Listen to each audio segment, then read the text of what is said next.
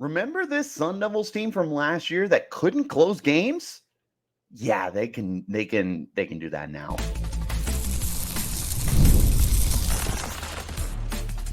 You are Locked On Sun Devils, your daily podcast on the Arizona State Sun Devils. Part of the Locked On Podcast Network, your team every day. Welcome back to the Locked On Sun Devils podcast, part of the Locked On Podcast Network, your team every day. My name is Richie Bradshaw, and I will be your guide for everything Arizona State Sun Devils. A special shout out to my everydayers who are here every day, and thank you for making us your first listen of the day. Don't forget to hit subscribe, hit like, and turn on notifications wherever you get your shows. Stay in touch by following me on Twitter at RichieBrads36, the podcast at LO_Sun Devils. Do me a favor, if you have not hit subscribe on YouTube yet, do me that solid. Let's hit subscribe. We are 75 followers away from 1,000. The best fan base in the world, the most reliable. And once we hit that number, I promise we're going to find a way to celebrate together as a channel. Today's episode is brought to you by 5-Hour Energy.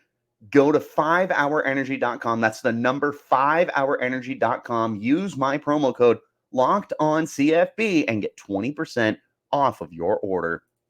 Ladies and gentlemen, happy Victory Sunday. Yeah, that's right. We cannot wait for Monday. And I don't know moving forward if we're going to be able to wait until Monday for these episodes. So TBD, but at least for today, we're going for Sunday, especially because we have a really packed week ahead of us. ASU is playing again on Thursday night, first road game of the year against Texas State. So we got a lot to get through before we get to that show. So again, now has never been a better time to subscribe as we update you on games, as we prepare for games, and as we recap games. Speaking of recap, let's go ahead and talk about last night's game against Mississippi State, because this was a hell of a game from start to finish. We're going to talk about the good that came out of this show, or that came out of the game,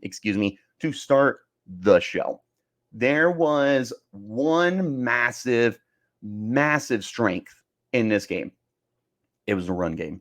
This Arizona State Sun Devils run game was rampant, which not a surprise after they killed it in week 1 against Wyoming.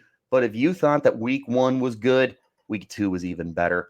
359 rushing yards from this team on 54 carries. That is insane. That is, I'm pulling it up right now. That is 6.6 yards per carry for the team. Sam Levitt had 68 rushing yards, also took a 14-yard sack or something like that? No, it wasn't that big. Whatever it was, he was over 70 rushing yards. DeCarlos Brooks added 24 rushing yards of his own. Kyson Brown added 5 on 2 carries, but the story of the game, ladies and gentlemen, was Cameron Skattebo, who put this team on his back. 33 carries, 262 yards along of 39. It was chunk plays last night, I should say. It felt like every single time he touched the football, he was getting a first down. It was 7 yards, 8 yards, 12 yards, 15 yards. And then to end the game, one of the most selfless actions I have seen from the Sun Devils in years. Skattebo breaks it off to convert a 3rd and short for ASU. A game-sealing play. Big run. Down the sidelines, has a chance to score, but you know what he does? He slides down. Cameron Skattebo has a chance to score what probably would have been like a 50-yard touchdown. Settles for 39 yards, slides down, and of course he hits him with the little cross arm, like, yeah, what are you going to do about it? I am too good for this team. Mississippi State, that is. They couldn't stop him. The second most rushing yards in a game in Sun Devils history. If you know number 1, leave a comment and let me know who that guy was. When it happened, it was pretty special. I'll give you a hint. It was back in 2018. So if you go back and take a look, you will find the number one rushing game. But Scattaboo, 33 carries, man. They put the game in his hands of 54 team carries. And 53 if you do not include that Sam Levitt sack. He took 33 of them. And it was nuts, man. Like there's no other way to describe it. Almost 8 yards per carry, 7.9 yards per carry in this game. For what it's worth, he also caught 3 passes for 35 yards, which was the highest receiving total in the game. We'll talk about the passing game later on in the show. Running game, beyond exceptional. This is one of the best running games in the country. They have already run it 106 times in 2 games. 587 yards, 5.5 a pop, 4 touchdowns. 1 from Scattaboo, 1 from Brooks. And Sam Levitt found the end zone twice in this game, including the first score where he just takes it to the left side of the field and in a foot race makes a dive for the end zone and hits the pylon. Outstanding. Truly a dual threat quarterback. I didn't see this coming. We talked in the offseason about how he is a better athlete than people give him credit for, and he's going to do a really good job extending plays and breaking out of the pocket. One of the things we did not talk about on this show was his ability to beat you as a runner. 19 carries, 115 yards, 6.1 yards per carry on the year, with 3 sacks for a loss of 18 yards. Ladies and gentlemen, Sam Levitt is a dual threat in this game. They have the depth to Carlos Brooks and Kyson Brown, who didn't get very many carries in this game, but they're still more than exceptional players. It also starts with the offensive line, who, excuse my language, absolutely kicked ass against Mississippi State. That was, again, it was an ass whooping. It was good old-fashioned, take you behind the woodyard, the barn. I can't remember the phrase. And they just went crazy on them. You don't run for 300 yards without having great blocking. And up front, they just dominated the trenches. They gave up a single sack. For the most part, they were able to control the pocket. Of course, there was some pressure, but I mean, this is still a really good offensive line. They are playing up to the status, the potential, and the standard that we gave for them going into the year with all the depth that they have. They have lived up to the hype. They're too deep. They are terrific run blockers. They have done more than a good enough job for Sam Levitt as a pass blocking team, and they are allowing him to be able to get creative, break the pocket. You don't run the way that he has run without giving him those opportunities. It's exceptional what they do. Looking at the defense, Brian Ward, a guru. I said last week, I'll echo it again. He is going to get calls this offseason to be a head coach. ASU has to do whatever they can to keep him in Tempe because what he's doing this year is special. They had, as a team, I have it down here, they had 298 yards on the game. In the first half, they only had 84 total yards. They had negative rushing yards at the end of the first half. ASU is dominating the trenches right now. The defensive tackle play of CJ Fight, of Jacob Rich-Kongaika, of Zach Swanson, terrific. They didn't have Jeff Clark in this game, and yet they were still able to step up, have that 3-man rotation, and kill it. By the way, all 3 of them at some point in time left the field due to injury. They were able to play through it, and they played well. But in the second half, you could tell that they weren't 100%. Linebacker play, really good again. Keyshawn Elliott got his first sack of the year.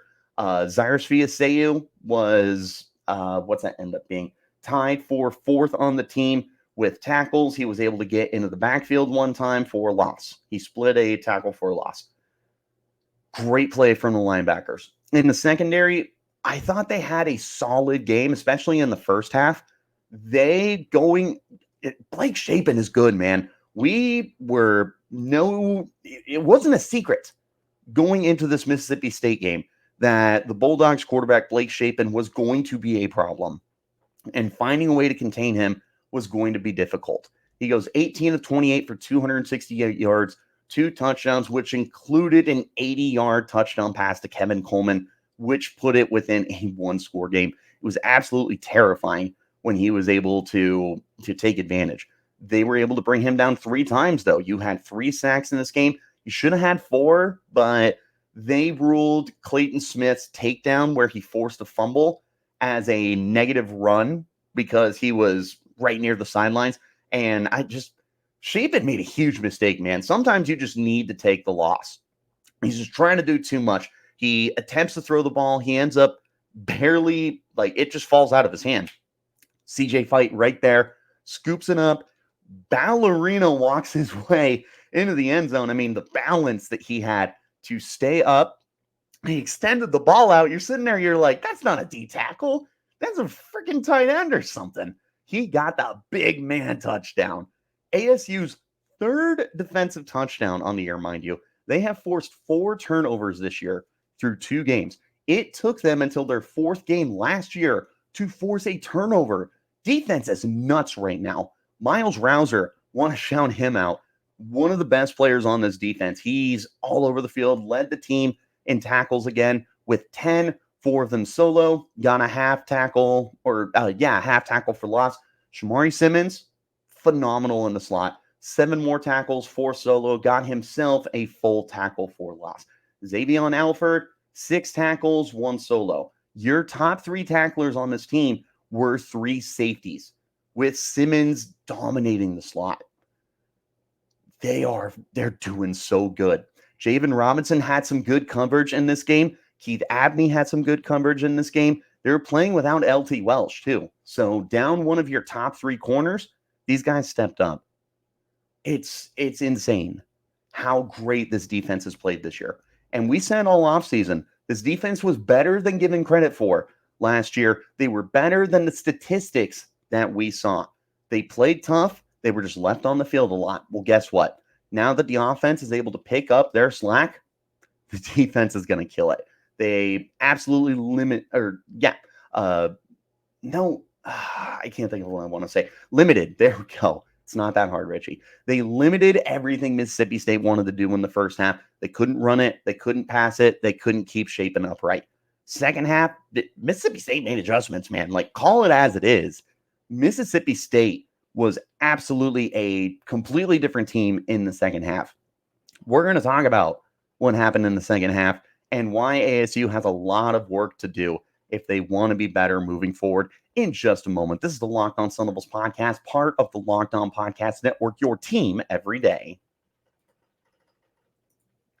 If you are tired after lunch, don't worry, we all are. But the good news is 5 Hour Energy fixes tired fast. So whether you have a long list of work to do or a list of DIY projects, take home 5 hour, take a 5 Hour Energy shot so you can check everything off your list. Because if you're like me, you always have a large list of projects for your home. When you get supplies for the projects, and you don't forget the most essential supply, which is that 5 Hour Energy shot. With 0 sugar and a convenient portable size, it's the perfect pick-me-up for getting stuff done. 5 Hour Energy website has a ton of flavors, including watermelon, tropical burst, grape, berry, and more. There's a flavor for everyone. Try them all. On the site, you have the option to build your own 12-pack or 24-pack, and it's going to be delivered right to your door. If you go to 5hourenergy.com, that's the number 5hourenergy.com.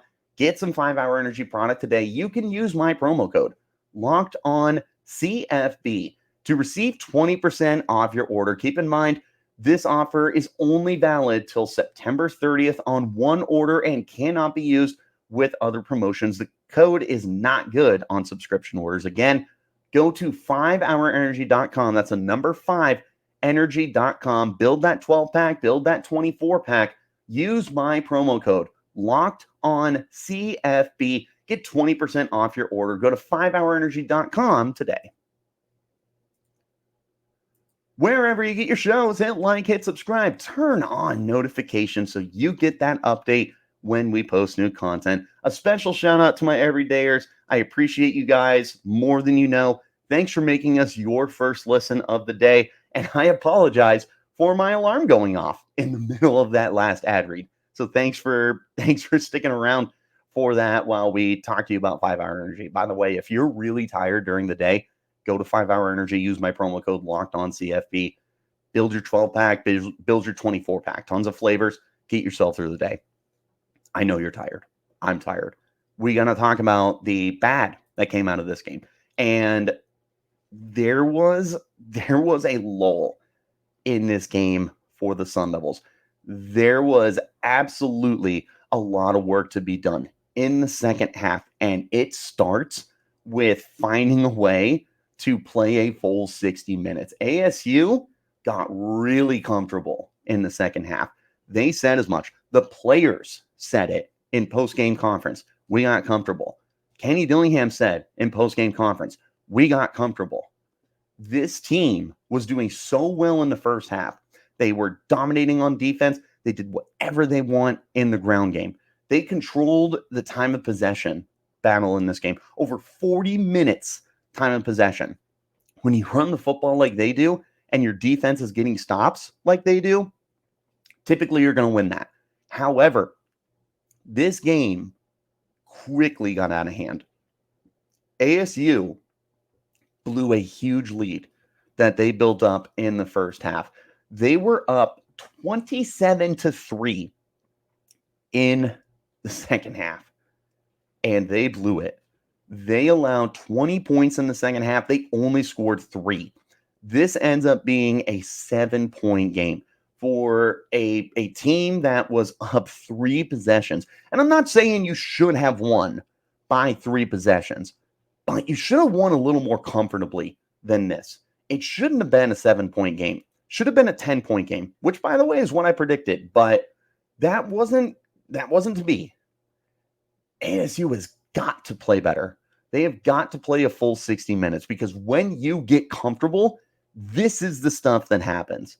You played a very quality team in Mississippi State.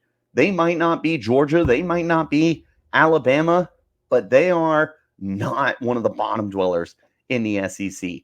This is a very, very quality football team, and they showed it in the second half. They showed why you cannot count them out and that they have the talent to be able to get back into games. Again, Blake Shapen, he's a monster, dude. He is an absolute problem for the SEC this year, as long as he is able to stay healthy and man the quarterback position. And as he gets more comfortable with the Bulldogs, they're going to be a good team. That is a team that's bowling this year, for sure. So a statement win for the Sun Devils. However, this was almost not to be. They got way too comfortable in this game. Like, you can't emphasize that enough. This team can't let that happen. You're going to lose football games when you go up against your Utahs. You go up against Oklahoma State. You go up against Kansas State. You start playing like that, you're going to lose games. It doesn't matter if you have a 24-point lead. They blew it. They blew it. That can't happen for a team that is blowing away all of college football this year and shattering the expectations that were handed out for a team that was picked to finish dead last in the Big 12, 16th in the Big 12. You are in one of the top half. You are one of the top half teams in this conference right now. But you're not going to be able to maintain that status if you can't play 60 minutes. You also, you are one-dimensional on offense, man. Again, we got to call it as it is. They can run the heck out of the football. They cannot pass it right now. Sam Leavitt was just 10 of 20 in this game for 69 yards. So under 4 yards per attempt, under 7 yards per completion. The longest completion of the game, by the way, was Cam Scannaboo for 21 yards. 21 of Sam Leavitt's 69 passing yards. So almost a third of Sam Leavitt's passing yards came on one play. That can't happen. Sam Levitt could not connect on the deep ball. And look, that's going to take time. Connecting on the deep ball is not an easy thing for a redshirt quarterback who just played his 6th career game and had his 2nd career start with a new program after playing somewhere else last year. It's going to take time. I don't know if we're going to see the deep ball for the next 2 games. Hopefully, when you get to your bye week, you can really build on that. But coming up with Texas State and Texas Tech, I just don't know that ASU is going to be ready for the deep ball. And that's a problem because when Mississippi State started making their comeback, ASU got one-dimensional. And they got to the point where Mississippi State is stacking the box and they're telling the offense, they're like, throw it. Throw the football. That's the only way you're going to beat us right now. We see that you're going to give Scannaboo the ball 3 straight plays, and we're going to stuff him. Instead of those 9 to 10 yard pickups he was getting in the first quarter, the second quarter, the first half, suddenly he's like 3 yards a carry for the third quarter. They stuffed the line. It's like, what are you supposed to do when you get your offense taken away from you? And it's not a surprise that the Sun Devils were blowing this lead now, and the defense was getting tired because they're getting right back on the field. It's what we saw last year. Back-to-back 3-and-outs for this team, and Mississippi State made them pay. Ultimately, the Sun Devils came up clutch when it mattered, and we'll talk about that at the end of the podcast. However, when you play those top teams and you can't get your offense to be a balanced attack, you're going to lose games. ASU got predictable. Mississippi State made the adjustments in the run game. They almost pulled this thing off. With ASU unable to throw the football through the first 2 games of the year, Sam Levitt was very quality week 1, by the way. But there was a lot to be desired. There was a lot left on the table against the Cowboys. And you saw it this week against Mississippi State. Credit again to the Bulldogs. That's a more than quality defense. But it was a defense that ASU was able to manhandle for the most part with over 400 yards in total offense. But 300 of it, over 300 of those yards came on the ground. Less than 70 passing yards. Well, less than 100 passing yards. You can't do that. And opposing teams are going to start getting film on the Sun Devils, and they're going to go, these are the tendencies that they like to do with the run game. This is how they like to run Cameron Scannaboo. This is how Sam Levitt breaks out of the pocket. We're going to be able to contain those things, and we're going to hold ASU's offense well under control because we're going to test them to throw the football. Now, Kenny Dillingham did say post-conference, he admitted that he was talking to Marcus Arroyo, the offensive coordinator, who wanted to maintain a balanced attack, and he told him, no, run it, run it, run it, run it, run it.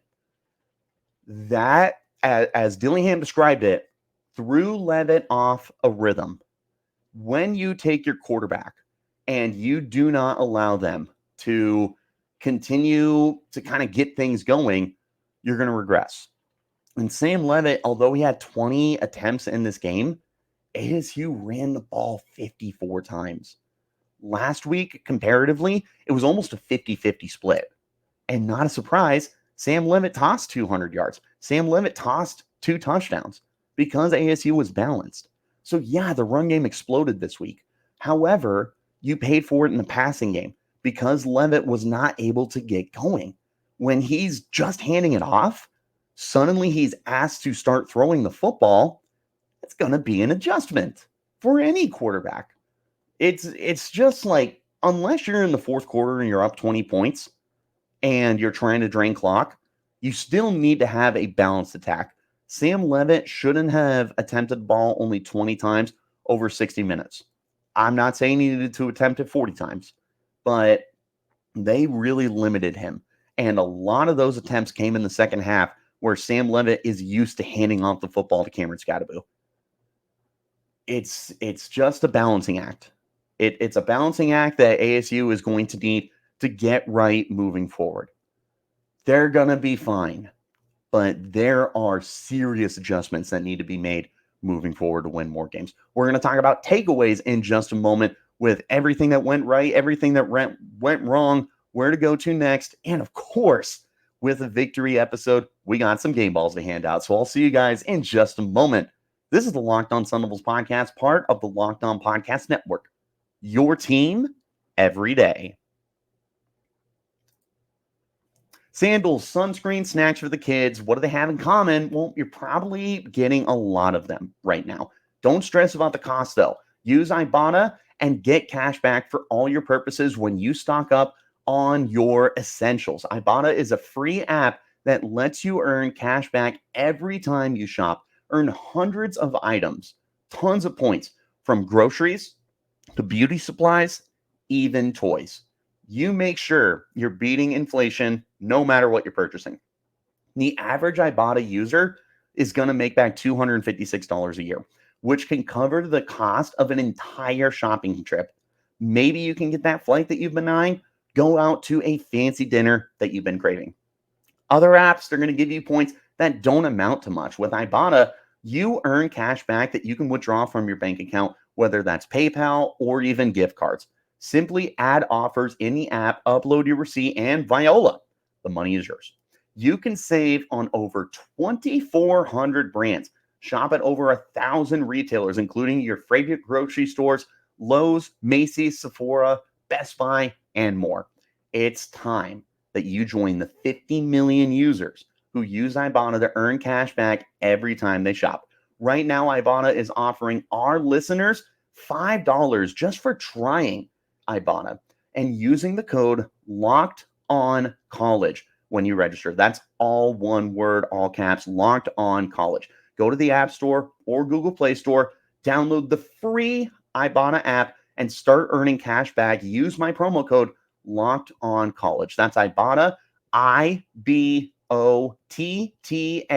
in the Google Play or App Store. Use the code Locked On College. One more time, wherever you're getting those shows, hit like, hit subscribe, turn on notifications. Thanks so much for making us your first listen of the day. A special shout out to my everydayers. Let's get to the best part of the show, which is some big takeaways. By the way, we've got a lot of takeaways from this game, good and bad. And then we're handing out game balls. Similar to how I structured it last week, ASU will have 3 game balls that we are going to hand out this week. Unlike last week, it's a little more structured. We are not splitting game balls. We're not awarding it to a unit. We have 3 individuals. All right. Takeaways. Cameron Scadaboo is an all-conference player. We knew going into the year as Arizona State fans, Cameron Scadaboo was a star. That Cameron Scadaboo was going to be someone that took the conference by storm. And guess what? That's what he's done. Through his first 2 games of the year, already 44 carries, 311 yards, 7.1 yards per pop, and a touchdown on the ground. He's also caught 4 passes for 52 yards. So he's doing it on the ground. He's doing it through the air. He has got 48 touches for this team. Second closest is DeCarlos Brooks with 14 touches. He is this team. He is the offense. He is the run game. And yeah, he exploded for 262 yards this week, but he still was great in a rotational role against Wyoming. They didn't need him to be that guy, but guess what? He still was. 7 yards, 8 yards, 9-yard runs. His long this year is 39, and it could have been longer. It could have been touchdown. So it's not like he has 311 yards and 80 of them came on one run. It has been consistent with him. Chunk play, chunk play, chunk play. First down, first down, first down, first down. You absolutely can trust Cameron Scadaboo with this offense right now. You can trust him to be able to take over games, have explosive plays. He's going to find the end zone a lot this year. He didn't score in this game. That's not going to be the case, especially when you get the volume that he does. He will score double-digit touchdowns this year, even if ASU does start to distribute carries a little bit more consistently with the rest of a very deep backfield. But nonetheless, Scadaboo is a superstar. He is absolutely on the radar for the Big 12, and he should be the Big 12 player of the week. I will be stunned if he is not. And I will be incredibly disappointed if he's not after racking up nearly 300 yards of offense. Second takeaway, ASU is going to dominate the trenches this year. Both sides of the football, by the way. That offensive line that we hyped up earlier and the offensive line we talked about all offseason, guess what? It's pretty good. The run blocking is exceptional. They are helping Cameron Scannaboo to average over 7 yards a carry. They are helping Sam Levitt to be able to break the pocket and be a dynamic runner. They are helping the rest of the backfield to be able to contribute when they need to get Scannaboo some breaks. They're also doing a more than quality job in pass protection. There's work to be done. It is not a perfect offensive line, but as a whole, and compared to last year, regardless of the injuries they sustained last year on the offensive line, and there was a lot, they are still night and day different. And some of the guys that are back, Maxi Onaker, Lee Fotanu, Emmett Bully, they have seriously improved from last year. They look like super good players for you. And again, there's room for improvement. It's not a perfect unit. It's still a really good unit. Defensive line is also insane. The defensive interior, they're dominating. When they get to 100% health, when Jeff Clark, when CJ Fight, when Zach Swanson, when Jacob Rich-Kongaika are able to just play at 100%, because right now that group is banged up, they're killing the trenches. You can't run on this team. You can't run on them. Pass rush is there too. ASU has 6 sacks this year as a pass rush. 5 of them have come from the defensive line. 2 of them have come from Elijah O'Neal, who the Locked On Sun Devils podcast picked as a breakout player for this year. Clayton Smith should have 2 sacks, by the way. He was absolutely robbed of a sack in this game. Also, I lied. The linebackers do have 2 sacks. I forgot that KV and Thunderbird had a sack in week 1. 4 of your 6 sacks from the defensive line, 2 of them from an edge rusher we picked to break out. Next thing, the linebackers, really good. Keyshawn Elliott, going to be a star. Sam Levitt has a lot to do. He has a lot of work to do as a passer. ASU was not anticipating Sam Levitt to lead the Big 12 in passing yards. They were not anticipating him to come out and throw 30 touchdowns. What they needed him to do this year was manage football games, not make any mistakes. He's done that. 4 touchdowns this year, 2 through the air, 2 on the ground. He is 7.8 yards per attempt. He has only taken 3 sacks. He has run for 115 yards. He's doing what you need to do. The problem, it's not super efficient. He is barely 50% completion right now. The 7.8 yards per attempt, it's fine. It's not elite for him.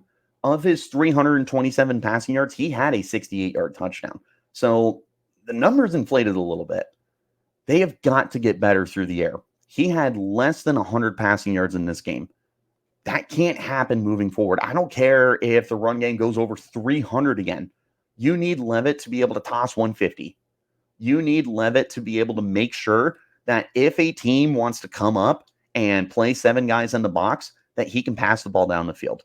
The deep ball will come. It is what it is. Guys are right there. Levitt needs to hit it. But like I said, I don't know if he's going to consistently hit that deep ball until after the bye week. I really don't. I think it's just going to take some more time. But he needs to hit the intermediate stuff on a consistent basis. He did it last week against Wyoming. There was tons of chunk plays over the middle of the field. Tons of 10 to 15 plus yard completions. He can do it. We just need him to consistently do it. I mentioned on the podcast, I wanted him to start establishing a connection with a number 1 receiver. Didn't do that this week. And I think it shows that we need to have that balanced attack moving forward. Takeaway number 4 here. Kenny Dillingham needs and wants to play balance and is also planning on trusting his coordinators a little more. He admitted post-game that he went to Marcus Arroyo, the offensive coordinator. He said, hey, we're going to run the football a lot. Arroyo wanted to remain balanced from what we are to understand. And Kenny kind of overruled him. And he said, look, we're dominating on the ground game. That's what we're going to keep doing. Well, Mississippi State makes the adjustments. Uh-oh. What are you going to do now? ASU has got to be balanced, and Kenny Dillingham says himself he needs to put the trust in his offensive coordinator, in his defensive coordinator a little bit more. He doesn't want to completely control the game. He gets the last say, for sure. But Kenny Dillingham himself says, you know what? I need to work on the head coaching part of this and give the rights over to Coach Arroyo. Last takeaway here before we hand out some game balls. ASU can win close games this year. You know what they couldn't do last year? Win the close games. ASU won 3 games last year. They were in 4 others. You could have been 7-5 last year if you could finish games. They just couldn't do it. As I have said before, it was a team that didn't know how to win. Call it as it is. They know how to win this year. They're 2-0. They crushed Wyoming. They held on against Mississippi State when they needed to close out the game. Guess what? They made the plays they needed to do. And they did it in the ground game. They put the trust in Cameron Scatterbill. They are facing a stacked box. Mississippi State is selling out on the run. But when they needed to most, they got it done. Offensive line was able to create some holes. Cameron Scatterbill gets skinny. He runs dudes over.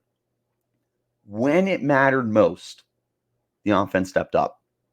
P.S. The defense did too. They were able to take a Mississippi State team that was rolling. They were dominating in the second half. They were on a drive-to-drive basis doing whatever they wanted. The defense was able to get one drive that really slowed down their momentum in the second half, where they held them to 5 plays for 5 yards. Now, unfortunately, the next drive, they gave up an 80-yard score. But then ASU's offense came out and chewed up the last 5+ minutes of the game. So they gave up 3 touchdowns in the second half. But they were able to hold Mississippi State from a 4th touchdown. And guess what? ASU won by a touchdown. They needed the defense to get a stop. And when they needed it, they got it. Then the offense steps up. ASU knows how to win games this year. We're 2 games into the season, and we already know this. This is a tough schedule, by the way. You are facing all 5 of the teams that were in the preseason poll. You're facing Arizona, Utah, Kansas, Kansas State, Oklahoma State this year. Suddenly, 5 unwinnable games feel like you should be able to be competitive in them at worst. You could still go 0-5. That's a very real possibility. But you're going to be able to make close games this year. And ASU looks like they can win those close games. Let's hand out 3 game balls to wrap out what has been a very long podcast. So I appreciate you guys for sticking around for this. 3 game balls. Number 1, Cameron Scatterbill. Come on. What else needs to be said about Cameron Scatterbill in a historic performance for the Sun Devils? 262 yards on 33 carries, 3 catches, 35 yards. He had a ton of longs in this game, ton of chunk plays, tons of first downs. You couldn't ask for much more of a guy who contributed, like 80% of the offense or something like that. He's a beast. He's a stud. You're not winning this game without Scatterbill. Absolutely gets the first game ball. Second game ball, this was tough, but I'm giving it to CJ Fight. CJ made a huge play. Clayton Smith was able to force Blake Shapen to the outside. Shapen fumbles the ball away. CJ Fight picks it up, takes it into the end zone. The balance, again, like this was ballerina skills to be able to stay in bounds and just extend the ball. Past the pylon, that defensive touchdown ultimately ended up being the game difference. ASU's offense was all but shut out in the second half. They got 3 points. So that defensive touchdown ended up being the difference in this game. Shout out CJ Fight for getting it done. Last game ball, we're going to Brian Ward for his 2nd consecutive week. Arizona State only allowed 84 yards in the first half. They gave up 214 in the second, but that was also because ASU couldn't do anything through the offense. They couldn't pass the ball, and Mississippi State sold out on the run. So yeah, they gave up a ton of yards in the second half compared to what they gave up in the first half. But they got 3 sacks, they got a turnover, a defensive touchdown, and they once again dominated the ground game. 26 carries for 30 yards. Ladies and gentlemen, they are allowing less than a yard per carry on the year through 2 games. A single touchdown. The longest carry for Mississippi State yesterday was 9 yards. You're not running on this team. Brian Ward is coaching his you-know-what off. This is an unbelievable effort from a guy that who he's going to get calls this offseason.